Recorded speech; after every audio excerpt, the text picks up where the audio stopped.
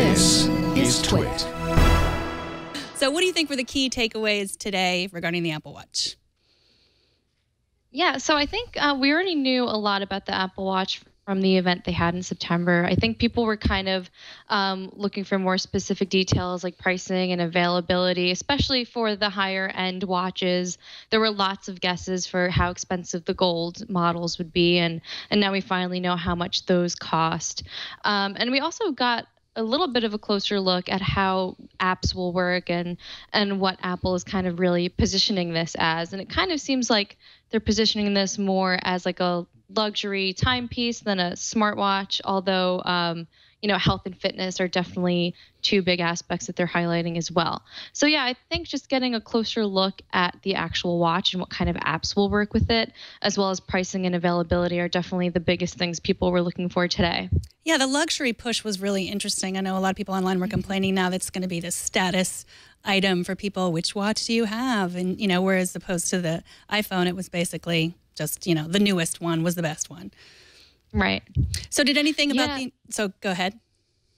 No, I mean, I was just going to say, yeah, they're definitely positioning it as a luxury item, but it's still difficult to, they don't really convince you why you really need one. I mean, there are a lot of really nice things that the Apple Watch does. And, I'm sure it looks better than a lot of the smartwatches out there. I haven't actually played with it in person. I haven't worn it yet. So maybe I just need to see it in person to kind of really be affected by it. But, yeah, it seems, kind of expensive for something that does everything your phone can. And I think that's part of the reason why Apple is highlighting the luxury aspect and the aesthetic aspect of it, because you need something that looks really nice if you're going to be wearing it presumably all day. And if they're going to kind of try to make it this status symbol and this, kind of, if they're going down the luxury route, that's definitely a key advantage that they have over some of the competitors. If you look at some Android Wear watches and maybe some other, smartwatches made by other competitors,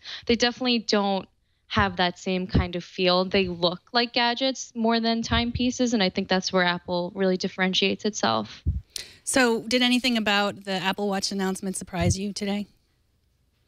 Not really. Maybe just the pricing for the really expensive models. I mean, people were floating a bunch of numbers out there, so I knew it was going to be in the thousands. I just didn't know if it was going to be leaning more towards the 5,000 range or the 10,000 range, and clearly it was the higher one. So why is the pricing structure so complex? I mean, the bands are extra. Is that what's going on here?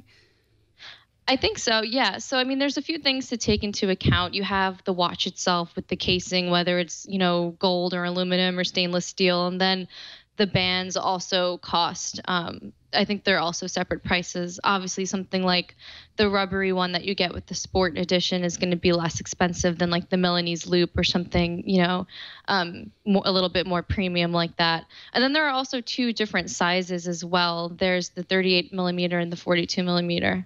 So shipping starts April 24th, but you can start pre-ordering it the first week of April. Is that correct? Is that what they said today?